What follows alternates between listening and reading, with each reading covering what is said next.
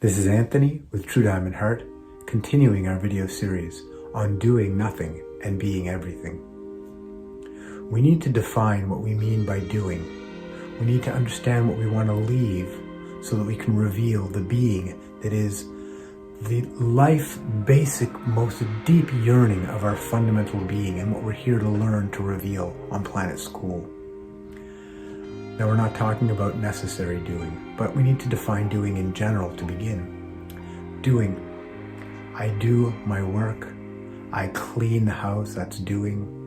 I brush my teeth, self-care, that's doing. I take care of the children, doing. I go shopping, doing. Play sports, doing. Watch TV, go to the party, so forth. We understand these are doing. What we don't often think of as doing is thinking. Thinking is doing. Thinking is doing.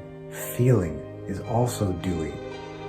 Thinking and feeling are doing. Notice how compulsively we're always thinking and feeling. We're never not doing. Notice how compulsively we're also doing other things, generally speaking, unless we've moved to some degree down the path of self-realization, of awareness, of truth, that which we're walking together here. We don't even know that we're compulsively always doing. Notice how every moment there's that boredom is a sense of compulsiveness. It's that which is telling us we must do something in order to be okay. The dog just is. She's always okay, unless there's a real problem, immediate problem. Now, doing, the compulsive doing, the compulsive thinking, the compulsive feeling. Now, there's nothing wrong. In fact, doing, thinking, feeling, these doings, your homework, your employment work, your cleaning, your self-care, your care for others, your sports, your parties, whatever it is that you're doing in your life, all of these things, almost all of them, have great value. Thinking has wonderful value. Even if it's not necessary, practical thinking, it can be a great joy to I love numbers, so sometimes I just love to work with numbers, and it's just a pleasure. It's a pleasure, as long as it's not a compulsive pleasure. Right? It's a pleasure without any kind of downside to it. It's just the joy of thinking, the joy of feeling sometimes. Okay.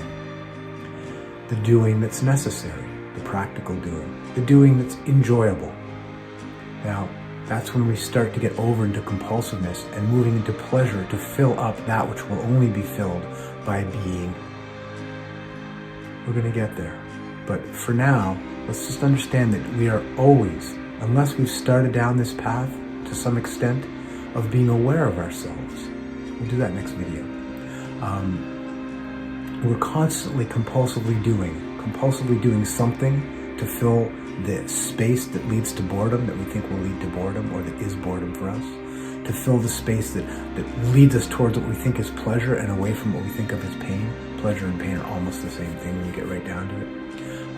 The compulsive thinking, how much space is there in your waking life, even in your sleeping life, where you are left alone by your thoughts? Now, practical thinking, necessary, wonderful sometimes. Practical will always use wonderful if it's practical, and wonderful in certain enjoyable moments and interludes, feeling the same, necessary.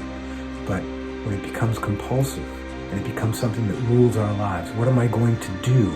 I've got nothing to do. I want to do that. I need to do that. And you're doing, your profession, the things that you do inside and outside, defining who you are. We'll do that. We'll do awareness first, then we'll do the personality and the doing that creates identity. But for now, let's just be aware that everything is doing, and the doing doesn't leave space for being. There's so much more. Stay with us.